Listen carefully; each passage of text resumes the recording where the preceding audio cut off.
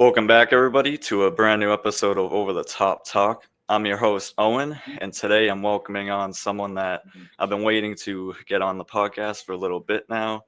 Glad we finally got schedules to work between us. So, everybody, meet Talita Alencar. You might have seen her. She just fought November 1st at the UFC Apex and picked up a huge win. But first, Talita, how are you doing? How's everyone in your life doing? Everything's great. No complaints. Thank to my Lord Jesus Christ. I'm very fulfilled and happy. It's definitely a good winning my last fight. And how important was this win? I know it was one of your first, finishes in the UFC. I know walking into the cage, I know you were talking about you needed to get your contract renewed. So how important was this win for you? It was definitely very important. There was many things involved that um, made me be more like, okay, I'm not just in the UFC. I am fighting for a contract. Like that's a different kind of pressure. But it would not change my performance anyways. I think if you look all the jiu-jitsu people that transition to MMA, they done very great in the beginning and they end up like losing and then getting better. And I was like, I got like, okay, I won few and I lost one, and I was like, oh my gosh, how can I come back for this loss? And then I fought Vanessa, and then I fought this other girl, and all those other girls, there was way more experience in a cage than me. And I'm like, no, I'm not just fighting to be in the UFC, I'm fighting to keep my dream alive. It was definitely very important. Yeah, and I caught the face-offs. I was watching the video of you guys facing off, and she was talking a lot, a lot of trash to you. So how satisfying was it to go in there and pick up a huge finish against her? I mean, I know Vanessa since she was a white belt. She was already fighting MMA. Vanessa is somebody that likes to be in the spot. Like she liked the attention, and when it's showtime, she likes to talk some crap. I I was expecting already, but what we were thinking before this that she was not gonna talk crap before because she know who I am. I'm not like the type of person that really talks crap. I'm a real martial artist, but we go with the flow. They talk, we also gonna talk some shit. But but I didn't. It's not my style. I'm very like faithful to my words. And when she talks shit, and I was like so hydrated, my belly was like so big, and I'm like in my head, I was like, "Shut up! I'm gonna smash you tomorrow." I didn't have to say anything. The words didn't mean nothing for me there. Like mean that what I was gonna do. Like, unfortunately, I didn't finish her because I overpower her, and she was like, "I'm the most stronger girl in the UFC," and she had nothing. And I like to always ask when fighters have fights before they come on the show, what is something that you saw in that fight that you think that you can improve on or want to improve on? Oh my gosh, so much to improve. I knew she was gonna do like jujitsu attacks, and I am a counter fighter too when it comes to grappling. I fought the most high level girls, and they didn't finish me or anything. And coming to this point to the MMA fight, I knew that she had a little bit more experience than me in the cage, but she is not a high level fighter. Like, somebody that you have to be, oh my gosh, I have to be careful with her hand or anything when it comes to strike. She was pretty average. I had so much to improve when it comes to my ground game. I should have cut her. I should have had to finish her much faster than I did in 3 rounds against her. There was so much to improve. Awesome. And maybe what's your favorite part about like the entire experience, like the entire fight week? What would you say is your favorite part?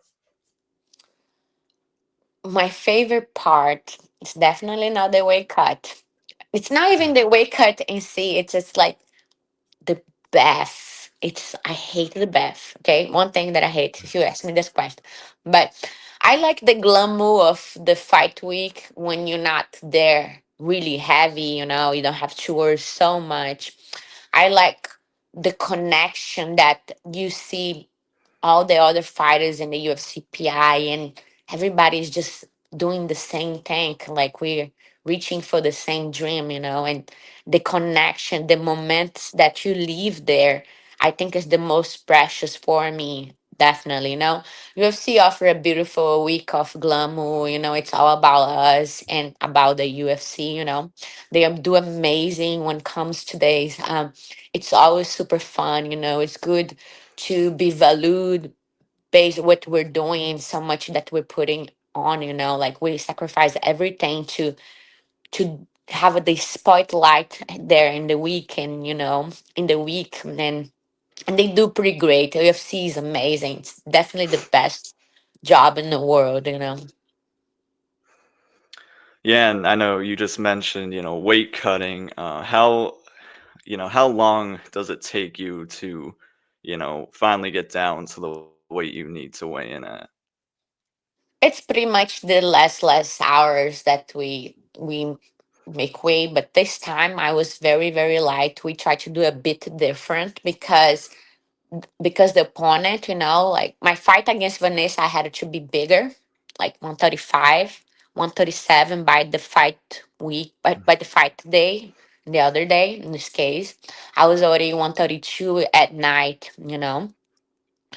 and I had to be buck and strong for this fight with Ariane. I had to be lighter. So in the night of the weigh-in, I was 125, and by sleep time I was 130, but I woke up 127, and that's what we wanted for like speed, because these girls, though, at least those two last girls were a bit slower than me, and we were Yeah. using the whole like fight IQ to go against. So it really depends, for each fight we do a bit different, but it wasn't hard actually this time. I did 30 minutes, 35 minutes of bath, and I made away because I cut weight the whole week prior, like the whole week before the fight. There was pretty easy actually.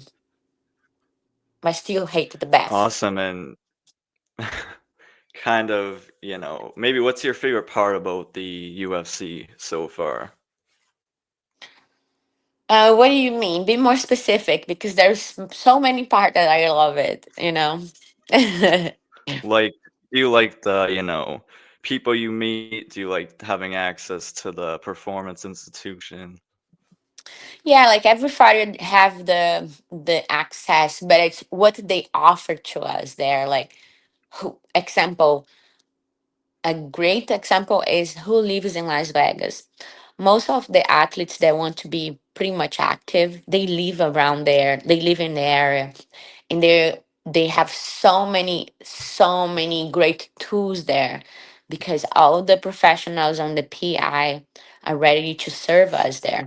You know, from strength and condition and recovery, excellent training, because majority the UFC the veteran UFC fighters, they're there, they're still studying, and they're like 100% involved in the athletes, the new upcomes and the currently champions. And it's great to see these and to experience, like, I go train and I see like Charles, and I'm like, oh my gosh. I was like, I want to be like Charles. I was like, give me just some of your energy. Like, I want some of her technique. And and see like Mirab, it's just so cool like to see all the other fighters, and then like they also like had a crazy stories in the UFC. They all like lost, Charles Oliveira and Merab lost. They got kind of cut in the UFC and they come back, and it is the great like motivation, to be inspired by. Yeah, and if you could choose any UFC fighter that you haven't came across yet, who would you want to train with? I did not came across Valentina, um, Whaley, because definitely I would want to train with this. I didn't come across a Tatiana. She's pretty cool. She's so dope. Yes.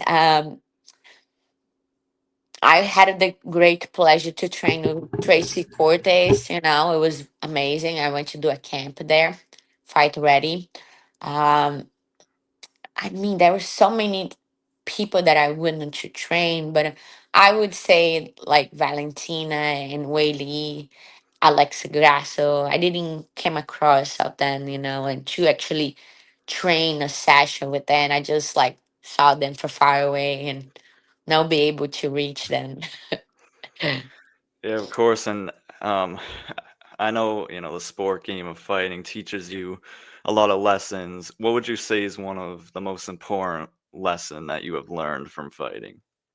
I mean, I'm still learning, like every time you think you're the CEO of your business and you have a huge team behind you and you have a head coach and you think that you're in charge, you're not in charge, and you got to submit to everybody's need so everybody can achieve the main goal, that's me to be champion. And sometimes like many of the fighters misconcept the control of their career when they have to let it go.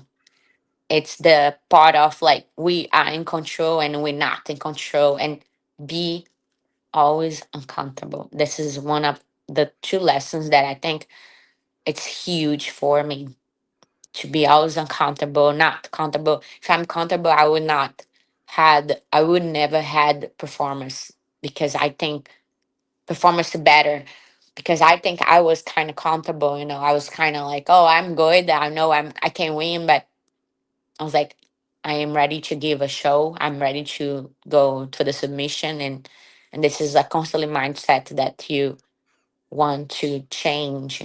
Gotta to be uncomfortable. Gotta get out of your comfortable zone. Perfect. And when I do these interviews, I like to ask some unrelated questions. So to start that, what's your favorite cheat meal to have? What's my favorite? What? Sorry. Favorite like cheat meal. What do you mean? Cheat meal. Yeah. Okay. There's kind of two. But after the fight, it was eat fries. I don't know why, and I never really. I'm not somebody that like love fast food. I never used to love like burger, and was my head was like in the burger and fries, and I didn't even eat. I went to eat steak. It was just because you're on diet. But if I tell you something that I really love, that if I could eat every day, it's acai and tapioca. It's like a Brazilian dish, something that's very caloric, and I would eat all the time. That's something that my favorite cheat meal. Healthy Uh, and cheap. awesome. And what's your favorite type of music to listen to when you're training or working out, anything like that? Okay, I'm very eclectic. I like different musics. I recently I've been listening to all type of gospel music, from Brazilian to like American musics, but my favorite music to like to train, it's definitely house music, more like, like powerful music, like not go to a trance, but goes kind of, like strong hits. That's my favorite house music. Um, Pretty much, I believe. Perfect. And kind of outside of fighting, do you have any like other hobbies that you like doing or stuff you like doing?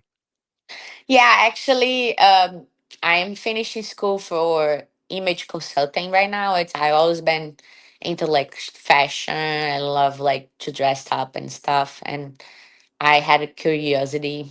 And image consulting takes you to like fashion and interior design and stuff like this. Is something that I really like. But if I tell you something that I would like for fun, and then I don't have so much in Florida, I had more when I used to live in California is to surf, but we don't have so much. But Uh, I'm moving right now. I had to focus on days after my fight. Kind of boring to be adult. But I am gonna take a few weeks and I'm gonna go take like a reset in Hawaii because I cannot leave the country, but I can go to Hawaii. Awesome. And, kind of last thing here. I know obviously you guys don't pick your opponents, but when do you hope to see yourself back in the octagon? I mean, right away, like before, because the adjustment and my striking, I feel much more confident about my striking now. Definitely, I still am in the process to be flu, like to be loose and flow. But I spoke to my coach, and we're ready to take a fight in 4 weeks. So anytime I would not pick a opponent, and I actually I am ready for whatever UFC wants to give to me, and like I don't think it really matters if you pick somebody, they will not give to you. But there those those websites been like suggesting a bunch of different fights. I would take any one of those. They suggest Loma, that she's more like a Muay Thai fighter, and they suggest Tassia Pennington. I would take it. It's a good test for me. It's definitely something that I would work very hard, and I would make a statement. If I would get those fights. Awesome. And, I'm out of questions here, but where can the people find you, like on social media? They can find me. I'm more active on my IG, Talita Alencar BJJ. Also Facebook, but I am a little bit in Twitter. That's also Talita Alencar or Anna Talita, my first name. Pretty much they can find me there. I like to thank you for the invite. Being present here is always cool. It's the second time we're talking, right? Yeah. Yes, and I hope you're not cold No. there. Yeah, down in Boston. I know. And keep doing your thing, you're doing a good job, and that's it. And yeah, just before I end this, I just want to thank you. Obviously, I love having you guys on to chat. Obviously, you just picked up a huge win, so I made sure that I had you on within a reasonable time frame after that. Yes. And I, wish you the best of luck. I know you're on a roll in the UFC. Obviously, just working on getting your contract renewed, or did you already get it renewed? Well, I believe I am still in the UFC. No cuts, I think this last fight, I think they wanted to cut me or her. I think she might had it. I don't know. I am still currently in the UFC. I didn't hear nothing back from them. They said that I am on, so still there. Like nothing. I don't know. I can't tell you that I renewed the UFC because I didn't, but um, they said that they're gonna give me my next fight, so that means I'm on the UFC, So I think there is a little playing catch there. Yeah, so for everyone watching, I'll put her Instagram, social media links down below. Make sure to follow me and Anthony. He's not here, but he's my other co-host. We're on Instagram at Over the Top Talk. You can see right there. Twitter/X is also Over the Top Talk, and over on my TikTok, it's odog16. I appreciate you all for listening, and I hope you all enjoy the rest of your day. Thank you, everybody.